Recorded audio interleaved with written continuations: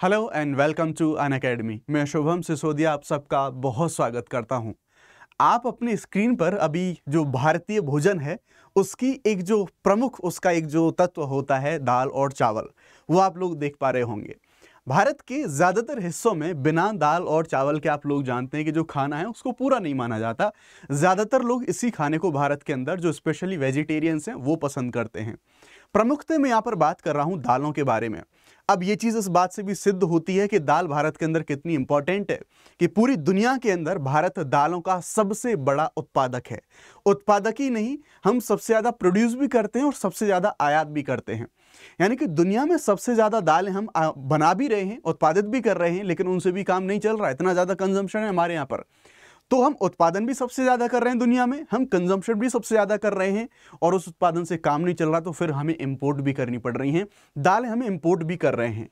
लेकिन ये जो अब तक हम दालें बना रहे हैं, जो दालों का उत्पादन कर रहे हैं, ये दालें अब तक बनती हुई चली आई हैं सामान्य दालें। सामान्य जो किसान हैं ऑर्गेनिक तरीके से या फिर मान लीजिए कुछ उर्वरक या फिर कुछ पेस्टिसाइड्स हैं उनका इस्तेमाल करते हुए सामान्य दालें बनती आई हैं। लेकिन जैसा मैंने कहा कि हमें ज़्यादा मात्रा में दालों का आयात करना पड़ता है और इस आयात को कम करने के लिए या फिर एक तरीके जो सरकार है वो सरकार आत्मनिर्भरता की ओर बढ़ने के लिए इन दालों का जो प्रोडक्शन है वो बढ़ाने की कोशिश कर रही है। अब सामान्य तरीके से तो प्रोडक्शन बढ़ नहीं सकता, इसलिए सरकार यहाँ पर कोशिश कर रही है कि इन दालों को अब सामान्य दालों से हम शिफ्ट हो जाएं जेनेटिकली मॉडिफाइड जो दालें हैं, जेनेटिकली मॉडिफाइड जो क्रॉप्स हैं उनकी तरफ। अब सरकार तो एक तर्क यहाँ पर ये दे रही है कि जो जीएम क्रॉप्स हैं या फिर जो जीएम दालें हैं ये प्रोडक्शन ज़्यादा करेंगी तो हमारा जो जनता है, हमारी जो समाज है, हमारी पॉपुलेशन है, हमारे देश के लिए खाद्य आपूर्ति भी सुनिश्चित होगी। उसके साथ साथ जो न्यूट्रिशन है उसको भी इंश्योर कर पाएंगे हम, क्योंकि हम सब जानते हैं दालें प्रोटीन का एक इनरिच्ड जो सोर्स है वो सोर्स होती हैं। लेकिन मैं यहाँ पर ये कह रहा हूँ कि ये जो यहाँ पर जीएम क्रॉप्स के तौर पे दालों को उत्पादित करने का जो फैसला लिया गया है, कहीं ना कहीं जल्दबाजी का एक फैसला है, या फिर हम यहाँ पर ये कह सकते हैं मानव स्वास्थ्य के अलावा पर्यावरण के ऊपर इससे बहुत सारे खतरे उत्पन्न हो सकते हैं। क्योंकि जीएम क्रॉप्स का मामला है, यहाँ पर जेनेटिकली मॉडिफाइड, आप उन क्रॉप्स में छेड़छाड़ कर रहे हैं। अब आपका प्रश्न ये उठेगा कि जीएम क्रॉप्स हैं क्या, ये क्यों ज्यादा खतरनाक है और क्या अब तक कोई जीएम क्रॉप भारत के अंदर नहीं है? So don't worry about it. अगर हम बात करें, इसको सब मैं आपको बताऊंगा, तो जीएम क्रॉप्स में अभी तक भारत के अंदर केवल जीएम जो कॉटन है उसको अनुमति प्राप्त है। लेकिन हम सब लोग जानते हैं कॉटन को, हम जो कॉटन है उस कॉटन को हम खाते तो नहीं है, उसका कंजम्पशन तो नहीं करते भाई, टेक्सटाइल जैसी चीजों में उसका इस्तेमाल कर रहे हैं। तो इसलिए अब तक इतनी ज़्यादा चिंताएं थी कि जो गवर्नमेंट्स थी उन्होंने अब तक किसी भी खाद्य जो हमारा फसल था उसको अपनी परमिशन नहीं दी थी जीएम क्रॉप के तौर पर उत्पादन करने के लिए। लेकिन यहाँ पर सरकार ने जल्दबाजी में, बहुत ही जल्दबाजी तरीके से डिसीजन लिया है कि सरकार अब जो जीएम क्रॉप है या फिर मैं कहूँगा जो जीएम दालें हैं, इन दालों का उत्पादन करेगी और इन्हीं दालों को हम और आप सब लोग यहाँ पर खाएंगे।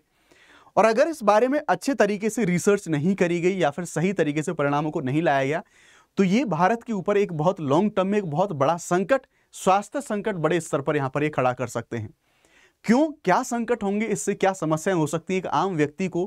क्योंकि देखिए, आप लोग ये कहेंगे अच्छी बात है प्रोडक्शन हो रहा है, आप कहेंगे कि अच्छी बात है हमें आयात कम करना पड़ेगा। नहीं बॉस, इतना आसान नहीं है। बहुत सारे संकट हैं, वो ज़्यादा भारी दिखते हैं यहाँ पर इन फायदों की तुलना में। और यही एक रीज़न था कि अब तक किसी भी खाद्य फसल को यहाँ पर परमिशन नहीं दी गई थी। आइए बात करते हैं और समझते हैं कि पूरा का पूरा जो मुद्दा है वो मामला क्या है। Centre plan developing genome edited pulses varieties under आत्मनिर्भरता मिशन। यहाँ पर आत्मनिर्भरता जो मिशन है सरकार के द्वारा इस मिशन को यहाँ पर लॉन्च करा गया है। क्या इसमें जो फैसिलिटीज हैं या फिर क्या इसके जो उद्देश्य हैं उनको समझने की एक बार कोशिश करते हैं।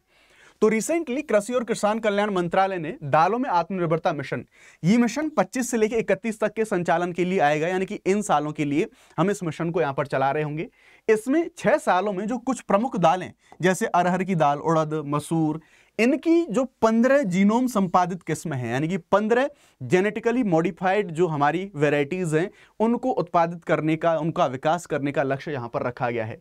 लेकिन ये जैसा मैं कह रहा हूं कि हम आत्मनिर्भरता की जो बात कर रहे हैं, ये आत्मनिर्भरता किस कीमत पर आ रही है, इस चीज को हमें देखना होगा कि सिर्फ आत्मनिर्भरता के चक्कर में हम ऐसा ना कर लें कि हमारे देश के जो लोग हैं उनके स्वास्थ्य, साथ ही साथ पर्यावरण और जो हमारा अपनी डोमेस्टिक जो फसलें हैं उनमें बहुत ज़्यादा नुकसान हो जाए। तो ऐसा यहाँ पर करने की कोशिश करी जा रही है। देखो 28 से 29 तक के समय पर 6 किस्में दाल की, प्रत्येक की 2-2 अरहर, उड़द, मसूर, और साथ ही साथ अरहर, उड़द, मसूर प्रत्येक की 3-3 अलग अलग किस्में इस समय पर यहाँ पर हम उत्पादित करने वाले हैं। ये हमारा यहाँ पर उद्देश्य है। एक बार आप इस मिशन को समझने की कोशिश करिए, मुद्दों के बारे में, चिंताओं के बारे में हम तब समझेंगे। यहाँ पर देखो 25 से 26 और 30 से 31 तक यहाँ पर लाया गया है। टोटल जो इसमें पैसा खर्चा किया जाएगा वो 11,440 करोड़ रुपए। अभी जो हमारे देश में दालों का प्रोडक्शन हो रहा है वो 242 लाख मीट्रिक टन से 350 लाख मीट्रिक टन, यानी कि 45% की वृद्धि जो है वो हमें लानी है दालों के उत्पादन में। ये हमारे टारगेट हैं। और अभी जो 275 लाख हेक्टेयर पर हम कर रहे हैं उसे हम 310 लाख हेक्टेयर तक हमें यहां पर पहुंचाना है, इसमें भी वृद्धि करनी है। ठीक है, तो जो औसत उत्पादकता है वो हमें बढ़ानी है 1130 किलोग्राम प्रति हेक्टेयर तक ले जाके। नई किस्में 15 जीनोम जो हमारी फसलें हैं, ऐसी जो दालें हैं, उनको हम यहां पर लेके आ रहे हैं और इस तरह से सरकार यहां पर वित्तीय सहयोग कर रही है। लेकिन आप ये समझिए इस दाल को बनाया कैसे जा रहा है। जब आप उसको समझेंगे तो आपकी समझ में आएगा कि ये खतरनाक क्यों है, इससे डेंजर क्रिएट कैसे हो सकते हैं। जैसे जीनोम एडिटिंग के माध्यम से इन दालों को यहां पर बनाया जा रहा है। ये दरअसल एक बायोटेक्नोलॉजी की तकनीकी है। इसमें होता क्या है, जो वैज्ञानिक है जिस भी फसल को चेंज कर रहे हैं या फिर जिस भी फसल को जेनेटिकली मॉडिफाइड बना रहे हैं, उसमें से किसी जीव का जो डीएनए है, डीएनए में सटीक कुछ परिवर्तन करते हैं और उसके लिए जो तकनीकी है उस तकनीकी का इस्तेमाल करते हैं क्रिस्पर कैस9 टेक्नोलॉजी, जो हम जिन्हें हम जेनेटिकली मॉडिफाइड ऑर्गेनिजम्स बोलते हैं, जीएमओज इनके नाम से हम जान रहे होते हैं। तो जीएम फसलों में इसमें हम देखेंगे तो जीएम फसलें, इनमें अगर बात करें तो किसी विदेशी जीन को नहीं डाला जाता, बल्कि उसी फसल के जीन में कुछ सूक्ष्म जो बदलाव हैं वो सूक्ष्म बदलाव यहां पर करे जाते हैं। क्रिस्पर कैस9 टेक्नोलॉजी आप जानते हैं, जस्ट फॉर एग्जांपल मान लीजिए ये यहाँ पर हमारा कोई डीएनए है, इस डीएनए में कट मारेंगे जो क्रिस्पर कैस9 नाम की जो कैंची होती है, और जो वांछित कुछ बदलाव हमें चाहिए उन बदलावों के डीएनए को हम यहाँ पर फिट कर देते हैं। सामान्य तरीके से ये जो हमारा जो जीएम क्रॉप्स हैं या फिर जो हमारा क्रिस्पर कैस9 है वो इस तरह से काम कर रही होती है ना। अभी समझिए, अब आप ये कहें कि साहब क्यों लेके आ रही है सरकार ये जो जीएम जो दालें हैं, क्यों लेके आ रही है?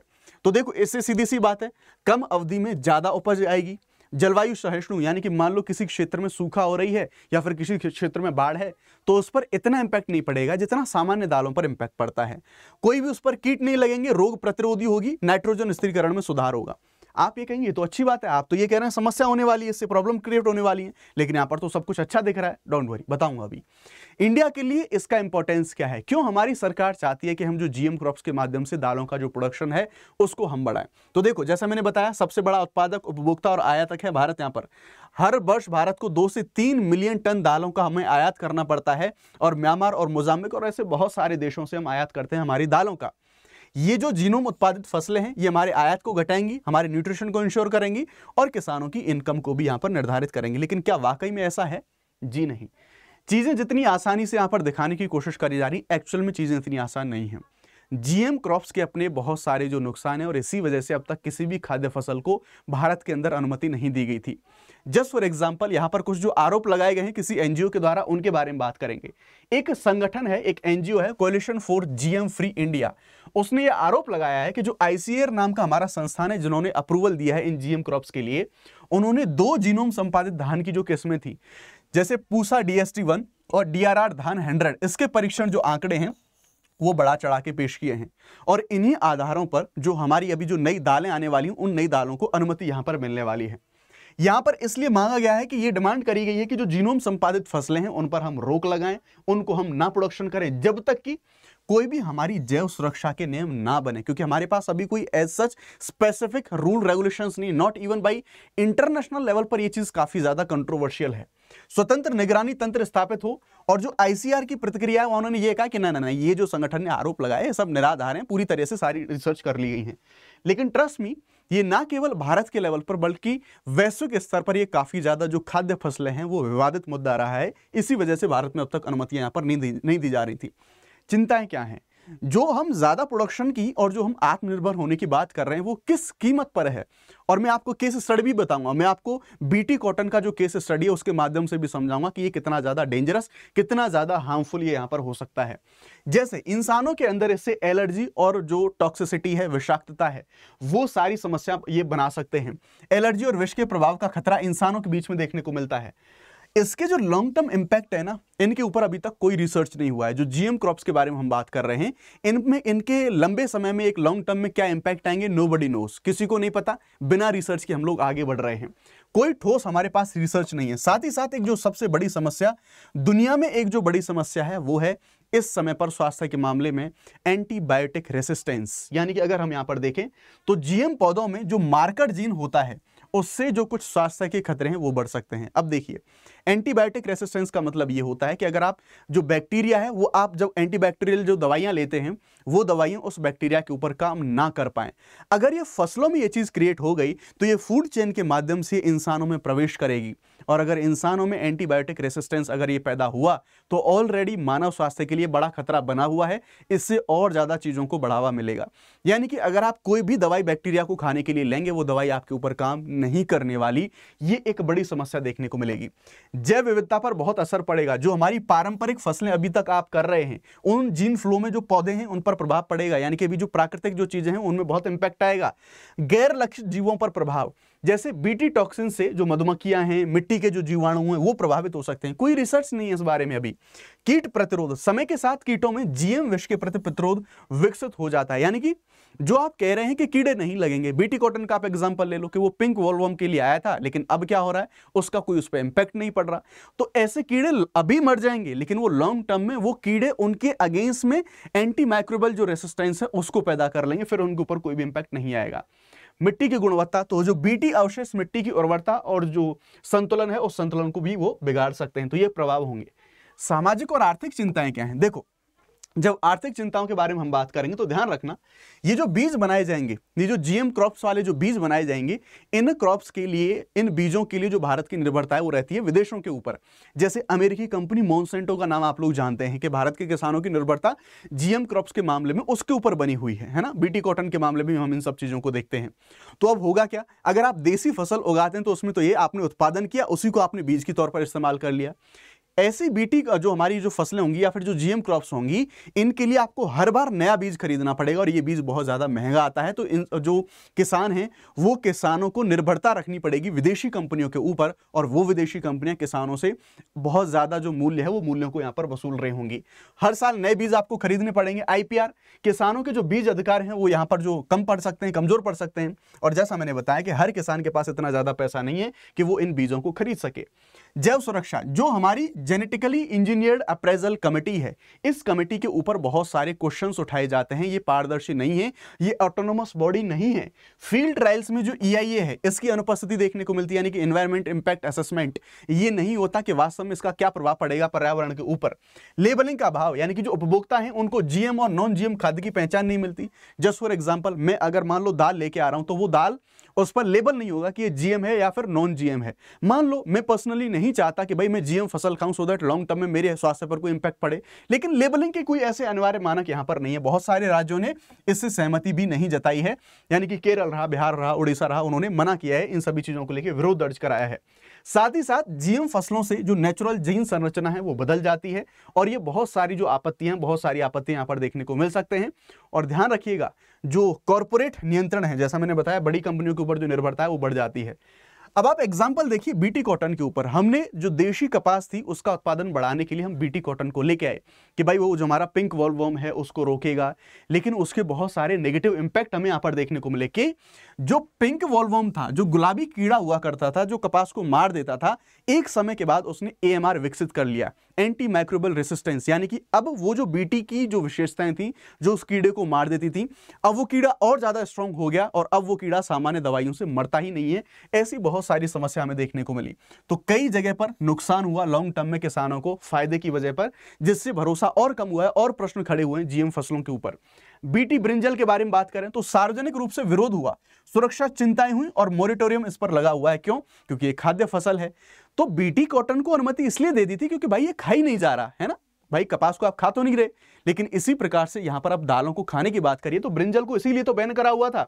इसी तरह से मस्टर्ड, जो हमारा DMH11 था, यानी कि जो सरसों थी, इस सरसों पर जो GESS ने मंजूरी दे दी थी, लेकिन सुप्रीम कोर्ट और पर्यावरण समूहों ने यहां पर बहुत सारी जैव सुरक्षा की चिंताओं को उठाया था, इसलिए सारी चीजों पर यहां पर रोक लगा दी गई थी।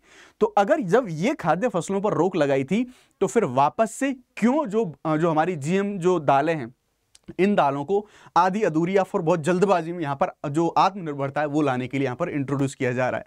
ये एक बड़ा सवाल खड़ा होता है और अगर हम ऐसा करते हैं तो जो बड़ी जनसंख्या है उसके स्वास्थ्य पर हम जो है उसे हम इग्नोर कर रहे हैं। इन चीज़ों पर हमें ध्यान देने की काफ़ी आवश्यकता है। ये था पूरा मामला। ना बात कर लेते हैं अनअकैडमी के प्लस कोर्सेज के बारे में और जो अनअकैडमी की फ्री क्लासेस चल रही हैं 3, 4, 5 3 दिन अनअकैडमी का फ्री क्लासेस का फेस्टिवल है जिसमें आप फ्री ऑफ कॉस्ट आपके जो टॉप एडुकेटर्स हैं उनसे जाके पढ़ सकते हैं। पूरा शेड्यूल आपके सामने है यहाँ पर कि किस किस एडुकेटर की किस किस टॉपिक पे कौन सी डेट को क्लासेस हैं।